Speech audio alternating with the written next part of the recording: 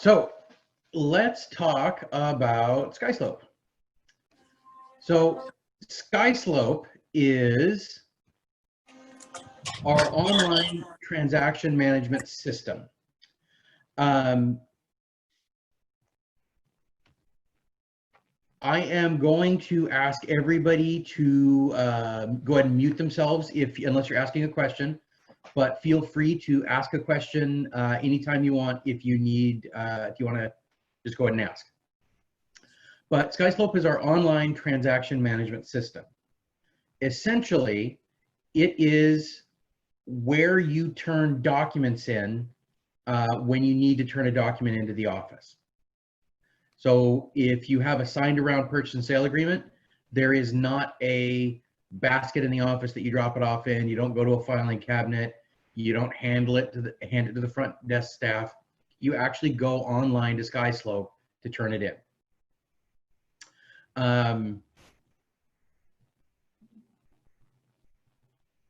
Little pop quiz here, I guess.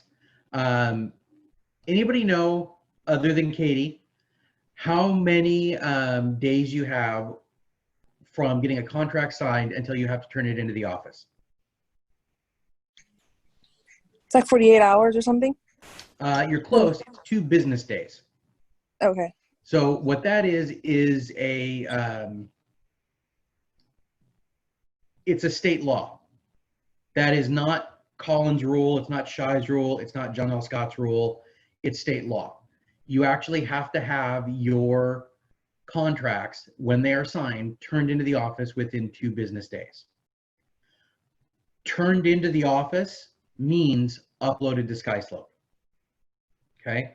So every time you get a purchase and sale agreement mutually accepted, that has to be turned into Skyslope. Every time you have a buyer agency agreement signed, that has to be turned into Skyslope. Every time you have a listing agreement signed, that has to be turned into Skyslope. I have a question. Hold on one second. Okay. And then you can ask. When you're turning listings in, one thing that I always want to clarify is your listing date has nothing to do with the turn-in date. Okay? So for those of you that are familiar with the listing contract, as I hope you all are, there is a date on the contract, I think it's in paragraph 3, where you get to write in the date that it's going to go on the market. That has nothing to do with when you turn it into the office. You actually have to, the date that matters is 2 days after the contract has been signed. So you could be 3 weeks out from going on the market, but you still are legally required to get this in. Now, you're probably asking yourself, Collin, who checks this? Well, it comes up on an audit, is what happens. And what they'll do here is when an auditor comes in, they come to me and they come to Shy and they say, I need 5 transactions from people who have been in the business less than 2 years, 5 transactions from people who are managing brokers, and 10 transactions from people who are just regular brokers who have been in the business longer than 2 years. And we give them a stack of paperwork and they sit in the office and they review it line by line and they go through it and they figure out whether your contract was late. They figure out whether your earnest money was late. And Dawson, I'm going to pick on you just because your name happens to be at the top of my list on Zoom right now. If they come across Dawson and they see that Dawson has a contract that was turned in 3 days after it should have been, they will come and they'll say, I've got a contract here from Dawson that shows that he turned this in late. I need to see Dawson's last 10 deals. And then they're going to go back and they're going to put a fine-tooth comb to Dawson's last 10 deals. And if they find out that you have been turning in your contracts late, that is known as a pattern and practice of behavior. And then they talk to you about paying a fine with a comma in it or taking some time off from real estate that you may not want to do voluntarily. Daniela, you had a question. I'm sorry to cut you off. No, that's fine. I was wondering, when you send like a referral agreement with another agent that lives out of state, that doesn't have to get on the Skyslope? That's correct. It doesn't create an agent. What we have to do here, what the guideline is agency relationships and binding contracts, basically. And you're not creating an agency relationship there with a client, so it doesn't trigger that requirement. Okay. You still need to have a copy of it, and we still might need to get a copy of it, but it's not something that has to be uploaded. Okay. Did I hear another question? Nope. Not for me. Okay, Well, perfect. I have a question, Colin. Do we automatically have a Skyslope account just by being a John L. Sky agent? You do, and if you don't know your password, I am going to show you how to do that here in just a second. All right, cool, thanks. Yep. So now that we've talked about what Skyslope is for, let's talk about how to get in it and how to use it. Okay. So this is skyslope.com, skyslope.com. When you come here, this is what you see. To log in, you go into the upper right-hand corner and you click the login button. Your username is right here. This is where you log in. You put in your username here. It is going to be your full John L. Scott email address. Your password is going to be whatever password you picked when you set this up. If you didn't pick one, or you never got the email, or you forgot what it was, you go down here to the forgot password link. So Dawson, if you don't remember yours or how to get in, go there and that'll get you in. I'm going to go ahead and log on with a slightly different email address here because I have a fake account set up for training. And I'm going to click sign in.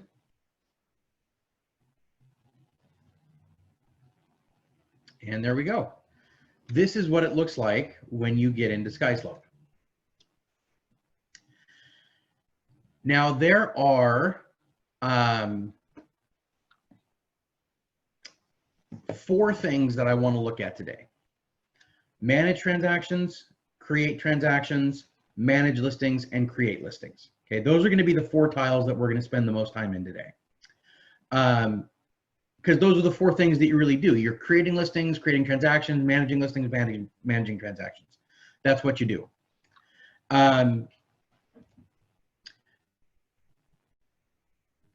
To understand really how Skyslope works, you really want to understand how Skyslope thinks. In the brain of Skyslope, there are listings and transactions. A listing is a listing that you have that is on the market, currently for sale, and doesn't have a mutually accepted offer on it.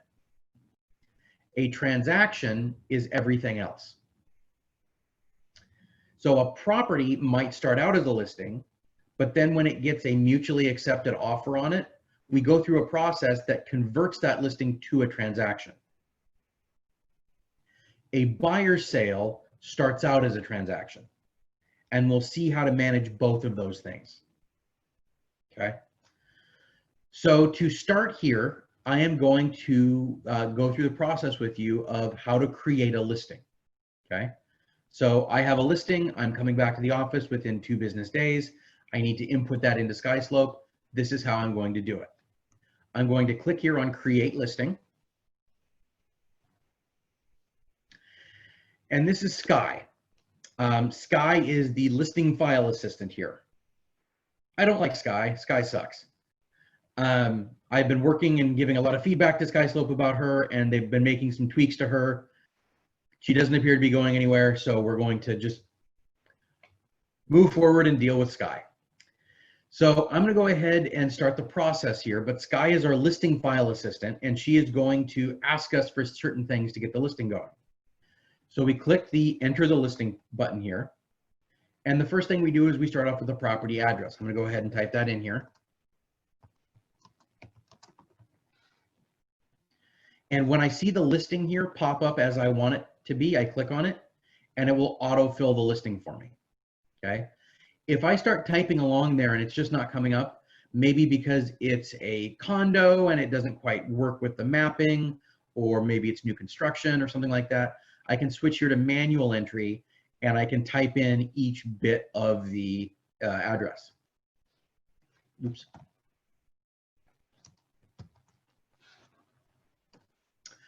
All right, when I have the address in here, I'm going to hit let's go, and it will take me to asking what type of listing this is. So this is a very general question here. 90% of what you're going to put in is going to be resale. In this case, new refers to new construction, not new listing. So only if it's new construction are you going to hit the new button. Lot would be vacant land. Lease would be if you're working with a rental, or commercial lease would be some kind of a commercial rental property.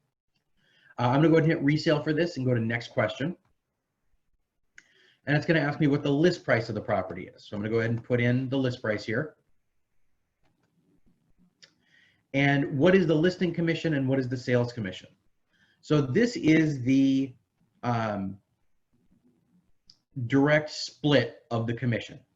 So if you have a 6% total commission here, you're going to put in 3% for the listing side, 3% for the selling side. Okay. This isn't like on the listing agreement where you put in 6 and then 3, if you're familiar with that process. This is just the straight split of the listing commission. I'm going to hit next here. It's going to ask me how long the listing is for. So I'm going to go ahead and pick my list date. My list date might be a couple weeks away. I'll say it's July 31st. And the expiration date can be whenever the expiration date is set for. So I'm going to go ahead and say November 30th. I'll hit next. What year was the property built? So you just put in the year the property was built. We do this to see if we need lead paint forms included with the listing or not. What's the source? This is where you met the seller. How do you know this person? Is it from an open house? Is it prospecting? Is it from my sphere? Is it from, I don't know, my website? Anything. We do this for internal purposes. We look at where listings are coming from. And if we see that a lot of people are getting their listings for example, open houses, if anybody remembers what those were, we would do more open house trainings, for example. So I'm going to go ahead and hit next question here. And then who is selling the property? Who are the sellers here? So Skyslope is kind of a cool tool because in addition to being this place where you have to turn in your paperwork, this can actually be really useful to you because it becomes your rolling filing cabinet in the sky. So you can have access to this through your phone, from any computer in the world. If I'm sipping a margarita on a beach in Mexico, I can look up Skyslope, provided that the beach has Wi-Fi. But in order to make this really work for you, you have to make sure that you're getting the information that makes this system work for you. And this system is really driven by email addresses. And so I see here I have my seller's name, but one email address. Okay. Most sellers today, unless you're my grandparents, don't have one email address. Each seller, if you are dealing with a couple, has their own email address. So if I am going to enter in my sellers, I have to be strategic about this. I can't just say,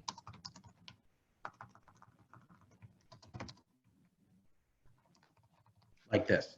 I can't say Homer and Marge. That's not going to work because I'm only going to get one email address.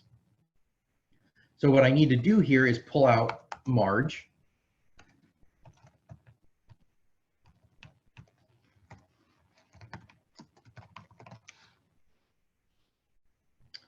And I'm going to add an additional seller down here. And I'm going to put in Marge separately.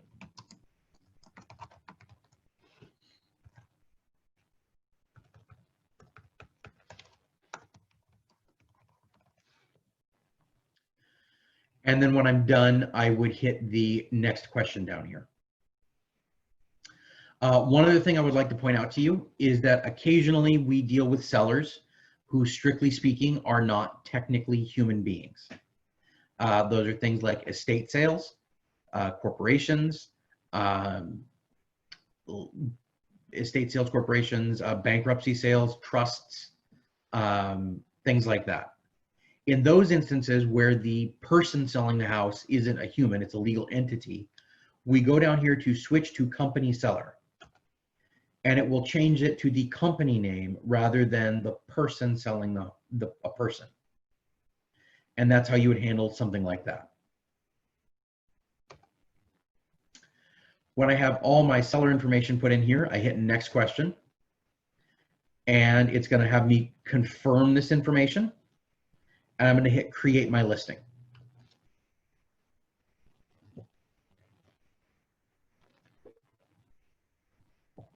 All right. This is the checklist. This is where documents go when you're ready to turn them into the office. Okay.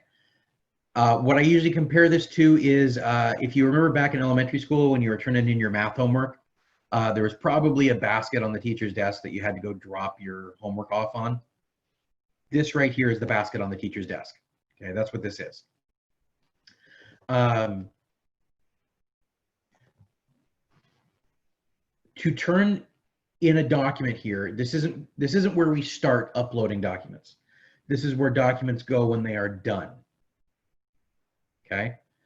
To turn in a document to the office, to start it out somewhere, I'm going to go up here to the Documents tab. And this is where I actually initially upload the document.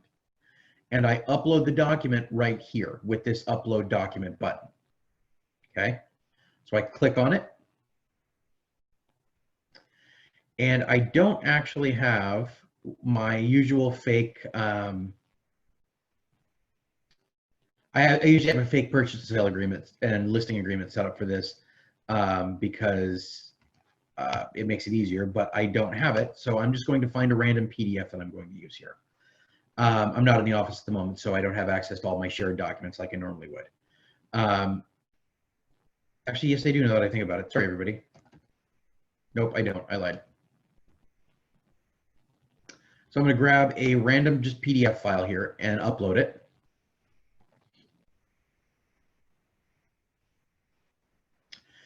And this is we're going to call this my fake purchase and sale agreement. Okay. Now, one thing I always like to talk about here is that when you are organizing this file, it's really important that you actually stay organized. When you scan a document in, if you get back to the office and you scan a listing agreement in and you have it emailed to yourself, the file is called something like scan_00273775 or something. It just gives it a random number. And if you upload that document here to the Document tab and you leave it with that name and you repeat that process as you go throughout the transaction, you're going to end up with a bunch of files that you have no way to sort through. It's going to be so confusing trying to find where that financing addendum went or where the inspection response went later on as we start uploading things. So it's really important here for your own sense of organization to practice good naming conventions. And the good news is we have a rename button right here, so we can practice it within the system. And I can click here on rename.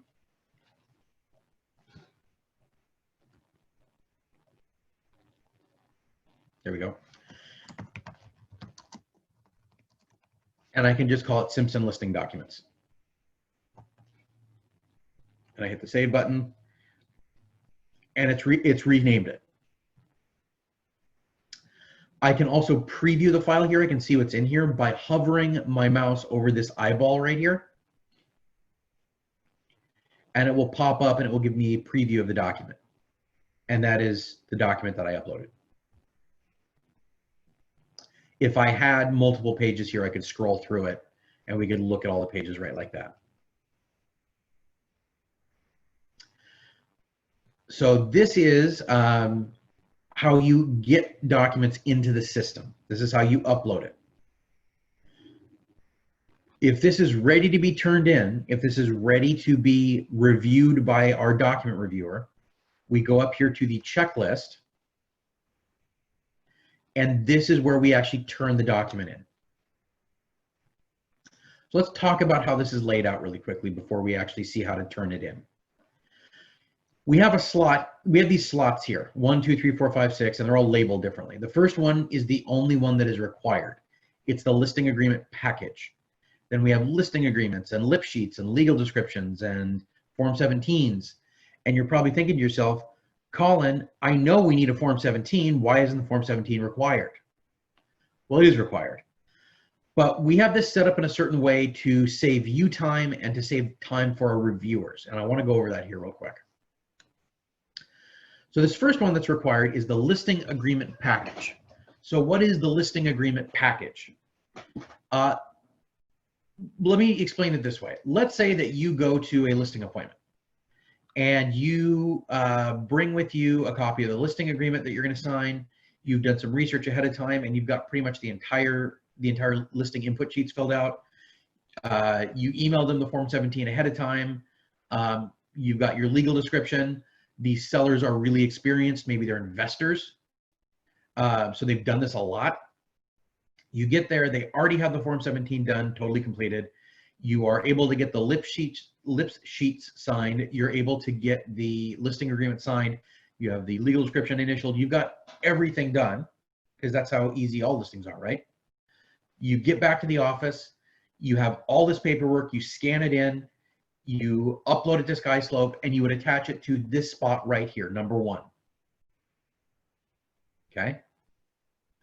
When you upload something and you attach it to a slot like that, that slot becomes locked down. You can no longer upload something to that spot. Okay? Now, I gave you the dream scenario for a listing. Let's go to a more standard scenario. You get to the listing appointment.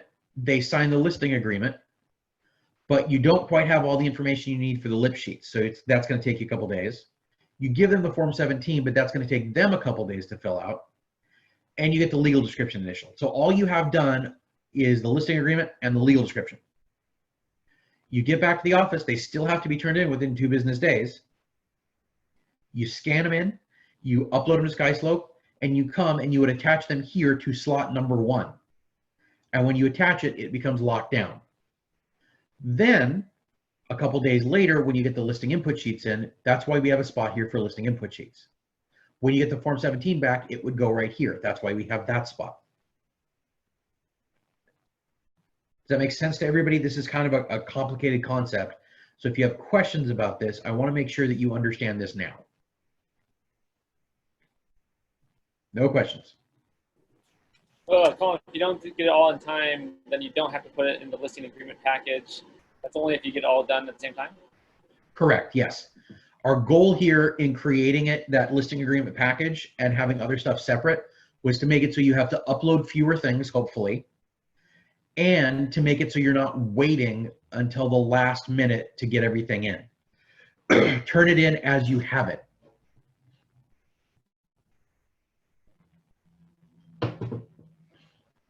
All right, so let's see how to actually attach something to a particular slot. So I go here and I hit the attach button. I see those things that are available in my document tab, and I can click the assign button, and it's assigned right here to slot number 1.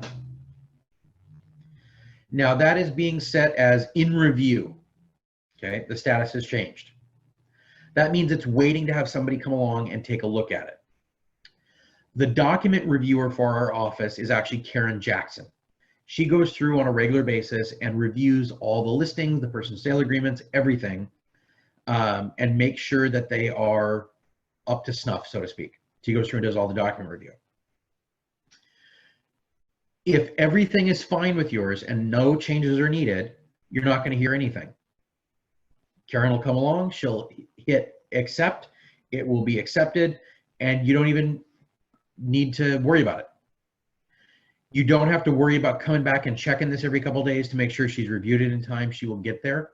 She has kind of her own workflow, and we promise we will get everything covered eventually.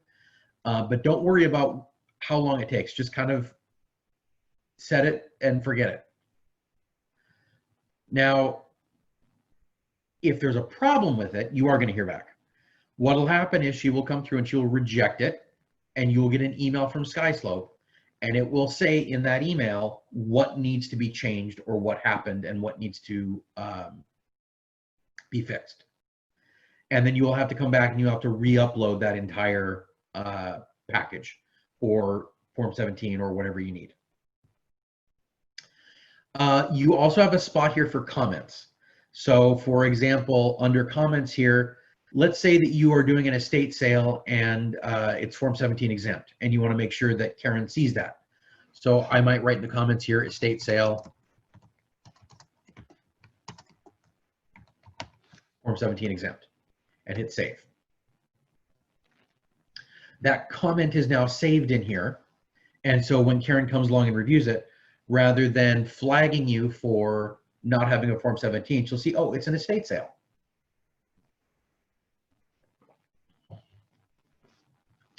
All right.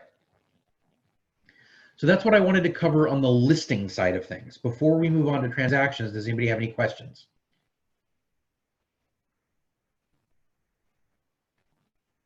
Okay. So let's go ahead and switch over to transactions.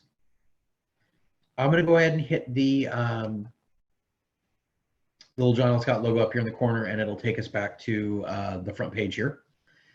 Now, remember I said that a listing was when you had a property that was available on the market with no offers on it, okay? And that listings eventually become converted to transactions, okay? Buyer sales start out as transactions. So if I am representing a buyer and only a buyer, to start a transaction, I click on this button right here that says create transaction, okay? If I have a property that has sold and I need to convert it to a transaction, that is a different process. We will see that momentarily, but you do not click the create transaction button here. If you go in and you have a listing and you click the create transaction button and you enter everything in as a transaction, I don't have a way to change it for you. The only thing I can do for you is delete it and tell you to start over. Okay, there's nothing within the system that lets me do that. So unfortunately, it's important that you do this right, otherwise you may end up having to do it twice. So if I am representing a buyer and only the buyer, I click here on this create transaction button. Okay, let's close this here real quick. And I would like everybody to look at this. Okay, and I just want you to take a mental picture here. Okay, just take a peek at it, look at it, get a little familiar with it. All right, I'm gonna hit the back button here. Bear with me here, this will make sense in just a second, okay? If I have a listing that I need to convert to a transaction, I go here to manage listings. Then over here on the right, I've got this little checkbox right here that says accept contract. I click on that, and this will begin the process of converting this listing to a transaction.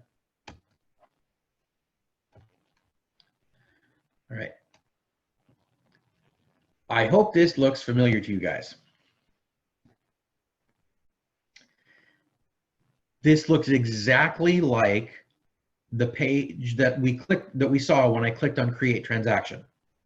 It just has some information filled in for me. The difference between inputting a buyer sale and converting to a listing and converting a listing to a transaction is where you start. From here, the process is pretty much identical. The difference on the listing side is I just have a few more bits of information filled in for me.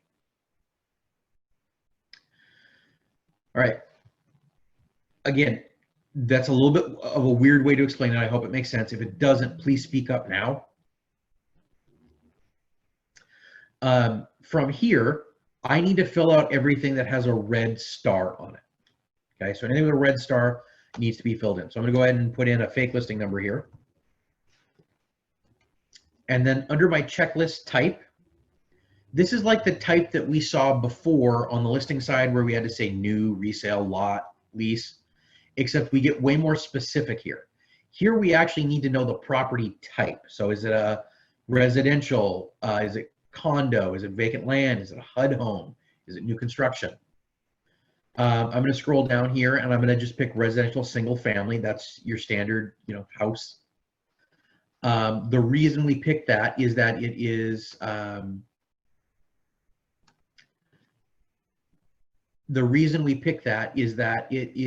it changes the documents that are required when we get to the checklist.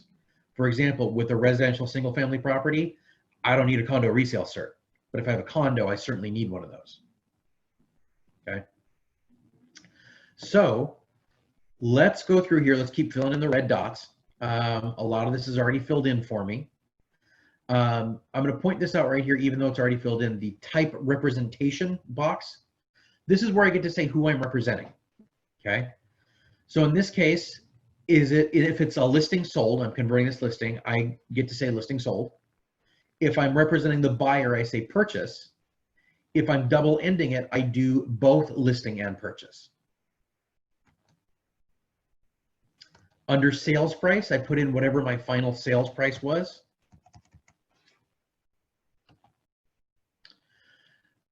I have a box down here that says office lead. That answer is always going to be no. Even if it's a floor call or something like that, we always say no. Skyslope is a product that's sold in all 50 states by a separate company. Back when we were Camus, we bought into Skyslope. And while we were doing that, John L. Scott Inc. was kind of looking over our shoulders and watching the process, and they liked it so much that they bought into it eventually.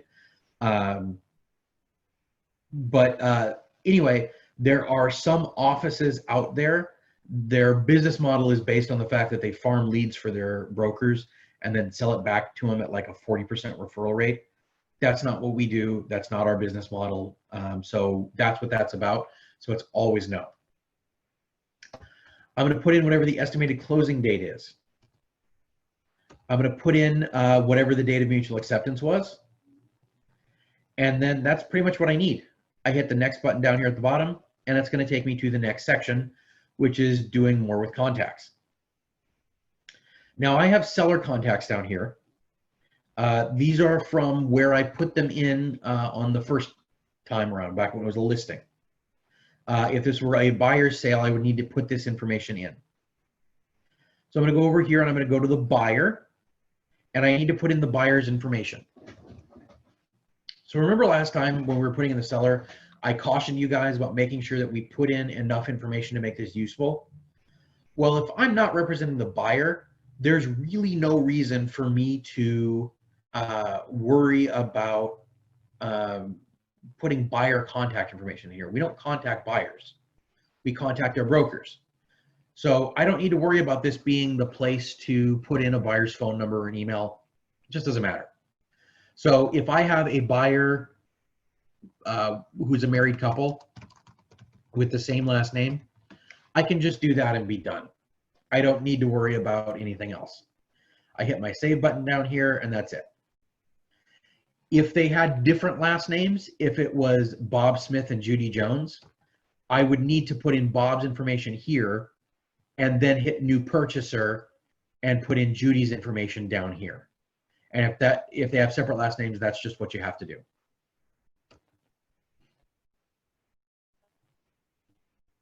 All right.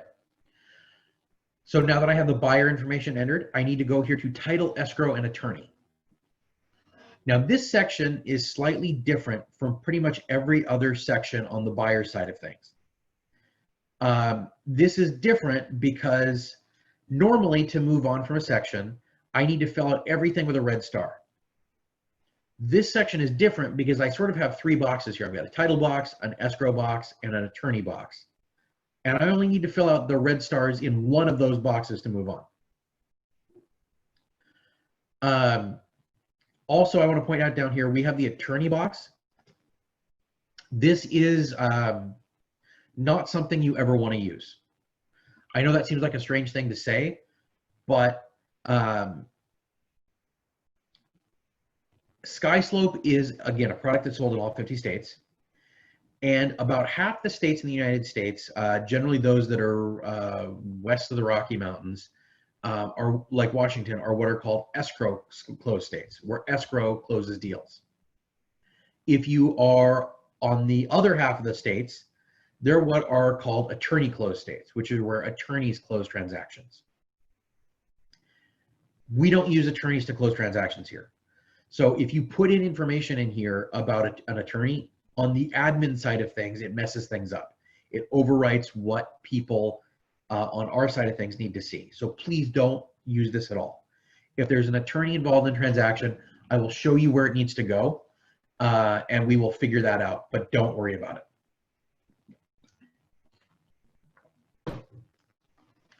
So I just need to fill out one of these boxes.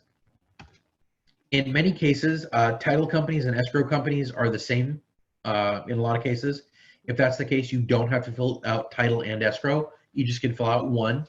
So for example,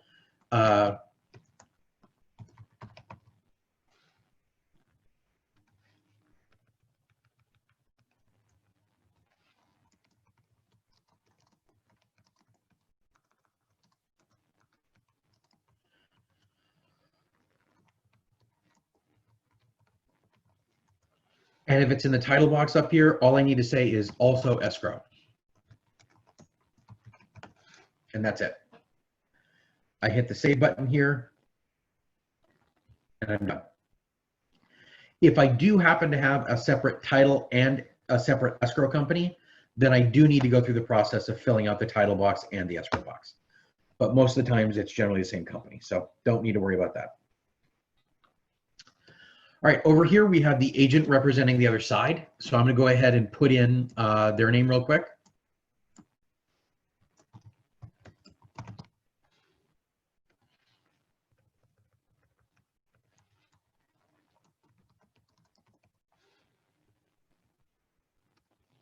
Here we go. Those are the 4 sections I am required to fill out here. I have some optional sections.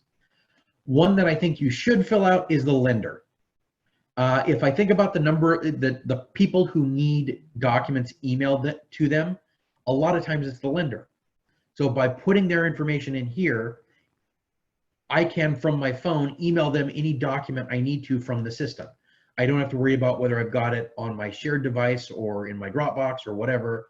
I can just upload everything to Skyslope and then email it to them straight from this system. So I can fill out their information here and have that ready to go. If I have a home warranty company involved, I can put their information in here. And if I have a miscellaneous contact here, so this would be, let's say that there is an attorney involved in the transaction, like it's an estate sale or maybe a short sale negotiator, an attorney doing that. I can put in their information here, and then they become part of the file. And I have their information available to me. And that's where they would go here, is under the miscellaneous contact. Maybe there's a contractor involved. Maybe they're doing one of the Home Ready Plus loans or something like that, and you have a contractor that's involved in putting in the carpet and freshening up the paint. I could put their info in here as well and make it easy for me to get to. So just something to think about on what you can have to go there. When you're done, you hit the submit button up in the corner here. And we come to the commission page. With commissions, this is pretty much a don't have to do much section here. You put in their sales price, the listing commission, and the selling commission, and that's it. And if it's a listing, it's already filled in for you. If it's your buyer, you'll only be required to put in the sales price and the selling commission. We don't have any way of knowing what the listing commission is, so we just put in the selling commission. There's a spot here for a transaction coordinator to put in their commission breakdown here. However, generally, if you have a transaction coordinator, they're doing this for you, so you don't need to worry about this because they will put that in, and trust me, they never forget their fee. All this other stuff down here, deposits, referrals, additional commission, you don't need to worry about any of this. All you need to do is hit submit and we can move on.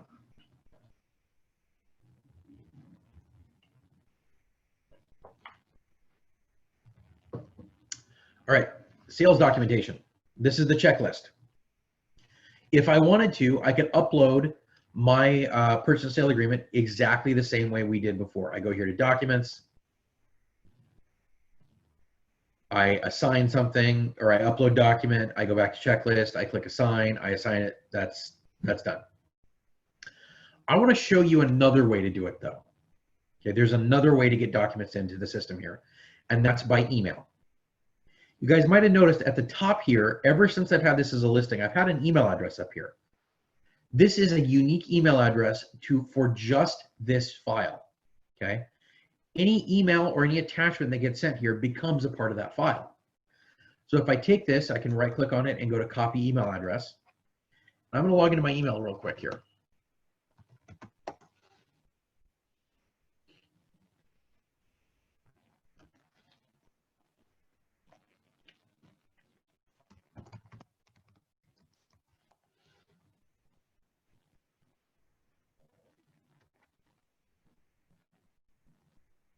It's gonna make me do the thing.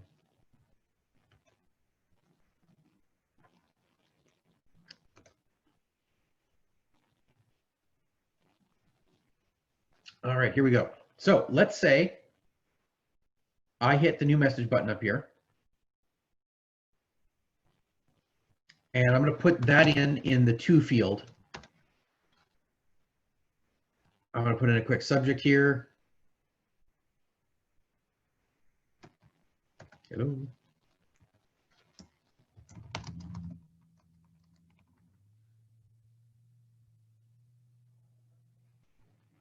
Sorry guys, my computer's being just a little slow here.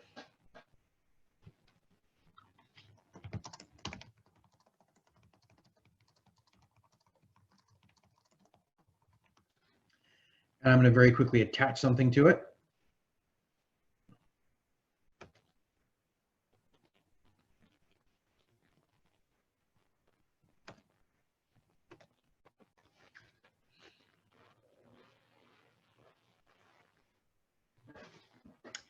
And I'm going to hit send. And you're probably thinking to yourself, Colin, that seemed just as hard as going to the document tab and hitting the upload document button and then uploading it directly. Why would I do that? Well, there's a couple reasons. Number one, a lot of times we're scanning documents to ourselves and those documents get sent to us via email. So rather than having to download it and upload it, I can just forward that off to this email address without having to download it again. The other thing that I can do is that a lot of times you get mutually accepted purchase and sale agreements emailed to you from another broker. So rather than having to download and upload that, I can just forward that into the system and it becomes part of the transaction. Now the email itself is preserved here in the log. This log is a history of everything that I have done in this transaction. So if I scroll down here, I can see I added the contacts and when I created the listing and when I uploaded documents initially, everything is preserved in here. This email is right up here. The comment is the subject line of the email, and I can click the email receive button and I can actually see the email itself. So if you have emails that you need to have preserved as part of the file, you can forward them to that email address and it will stay preserved as part of the file. All right, so the attachment itself gets taken over here to the document tab. And this is what I sent over. So from here, it's just the same way as before. I hit the rename button. I can rename it.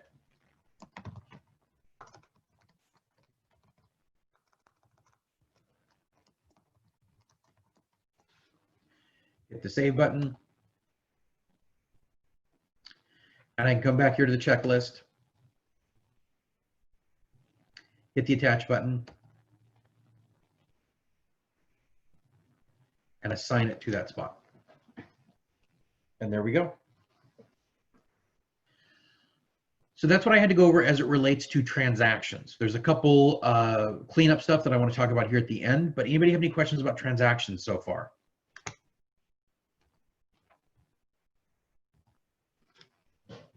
You doing good? Okay. Let's go ahead and move on and let's talk about a couple things here at the end. So from time to time, it happens, transactions fall apart. If I need to cancel a transaction, I come here to my Manage Transactions button. And this is, I got a couple in here I got to get rid of.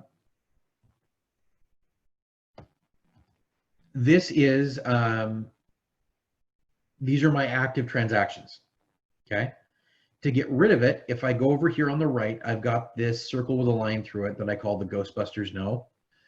When I click on it, it's going to have me cancel the transaction. And it's going to ask me why I'm canceling it.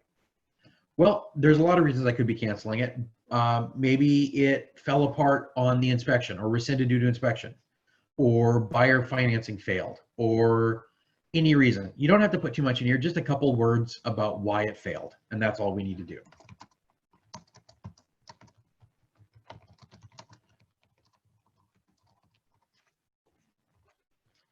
You hit the submit button, and it's going to ask me if I want to reactivate the listing. Okay, so if I have a deal fall apart and it's coming back on the market, I would say yes. Sometimes when we have a deal fall apart, it doesn't go back on the market. Maybe the seller finds out that there's something really wrong with their house and they don't want to sell. That's fine. We can say no, and it will just cancel itself out. So for this one, I'm going to say yes, we want that to go back on the market. This other one that I had back in May, I'm going to go ahead and just say, no, we do not want to reactivate the listing. And it's gone. Those listings, or excuse me, that listing has been taken back here to my manage listing section. And there it is, back active again. Now, let's say, hypothetically, I need to cancel the listing. Seller decides not to sell, can't get quite the money they thought, or lost their job or something, and they just don't want to sell anymore. I go back over here to my Ghostbusters No. It's going to ask me the same thing. Why are we withdrawing? Seller decided not to sell. Seller wants to wait till next spring. Whatever reason, just something basic. We hit submit, and it is canceled out.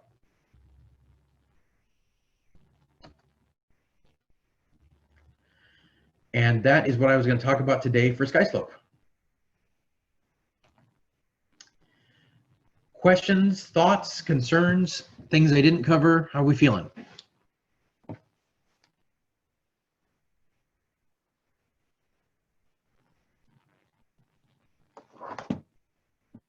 We good? Luke has a question What's up, Luke? in chat. Oh, in chat. Why is that not popping up for me? There we go. Does that change status on the MLS? It actually does not. So Skyslope is an entirely separate system, and it has not been, it's not connected. So we need to do things separately. So whatever we do in Transaction Desk doesn't carry over to Skyslope. We need to do it here. Whatever statuses we change on Skyslope, we need to do separately on the MLS and Matrix. And to add to that, that doesn't send it to escrow either. That's a question that's come up a couple times. Yeah, that's a good point, Katie. Yeah, this does not go to escrow. Doesn't send any transactions to lenders unless you do it. But yeah, it's all got to. It's all separate. This is just here for your convenience and for compliance with state law.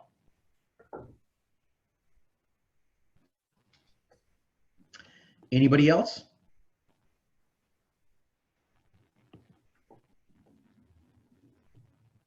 All right. Well, thank you guys for being here. I appreciate your time. As always, if you have any questions for me, you can reach out and I'm happy to help you. Great class, Collin. Thank you so much. Thank you, everybody. Appreciate your time and have a wonderful week. Thank you. You too. Bye. Bye-bye.